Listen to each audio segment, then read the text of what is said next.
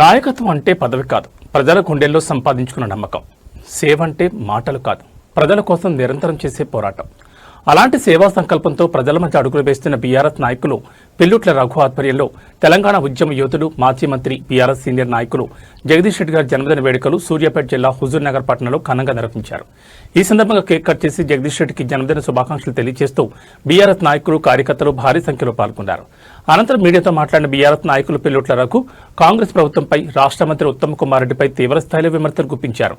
జగదీష్ రెడ్డి తెలంగాణ ఉద్యమంలో చెమటోడ్చిన నాయకుడు, కేసీఆర్ వెంట నడిచి తెలంగాణ కోసం పోరాడిన యోధుడు.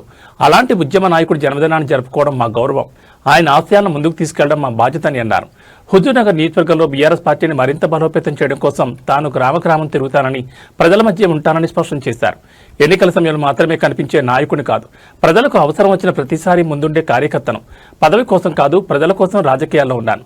ప్రతి ఇంటికి వెళ్లి ప్రజల సమస్యలు తెలుసుకుంటాను, ప్రతి కుటుంబానికి అండగా నిలుస్తానని పేర్కొన్నారు. ప్రస్తుతం కాంగ్రెస్ ప్రభుత్వం యువతను లక్ష్యంగా చేసుకుని అక్రమ కేసులు నమోదు చేస్తుందని తీవ్ర ఆరోపణ చేశారు. యువతను భయపెట్టి రాజకీయాలు చేయాలని చూస్తున్నారు. కానీ ఒక్క యువకుడిపై అన్యాయం జరిగినా ముందుగా నిలబడేది పిల్లుట్ల రఘుని. కేసులకు భయపడేది లేదు. బీఆర్ఎస్ పార్టీ అధినాయకత్వం మాకు అండగా ఉంది. ప్రజలే మా బలం. ప్రజల హక్కుల కోసం ఎలాంటి పరిస్థితుల్లోనైనా పోరాటం కొనసాగిస్తామని ధైర్యం వ్యక్తం చేశారు. గాలి మోటార్లు తిరిగే ఉత్తమ్ కుమార్ రెడ్డి మీ గడపకు కాదు కదా, మీ గల్లీ కూడా రాడు.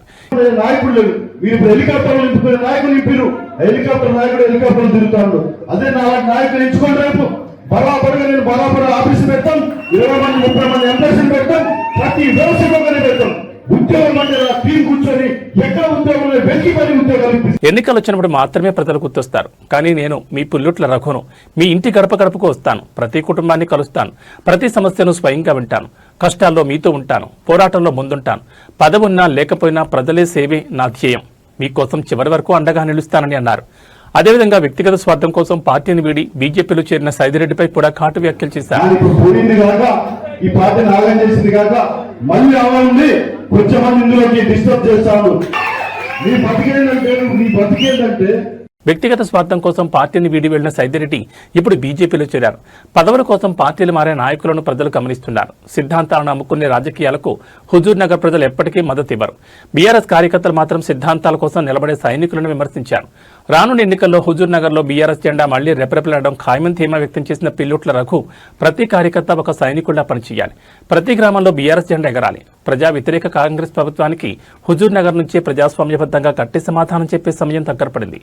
ప్రజల తీర్పే మా బలం, కార్యకర్తలే మా సైన్యం అని పిలుపునిచ్చారు. మా రాజకీయ లక్ష్యం ఒక్కటే, ప్రజాసేవ. మా బలం ఒక్కటే, ప్రజల ఆశీర్వాదం. హుజూర్ నగర్ ప్రజల కోసం చివరి శ్వాస వరకు పనిచేస్తాం. మరోసారి బీఆర్ఎస్ జెండాను ఈ గడ్డపై రెపరెపలాడిస్తాం. నాయకులు కార్యకర్తలంతా ఐక్యంగా ముందుకు సాగుదాం. ప్రజల విశ్వాసంతో బీఆర్ఎస్ ను మరింత బలోపేతం చేద్దామని పిలుపునిచ్చారు.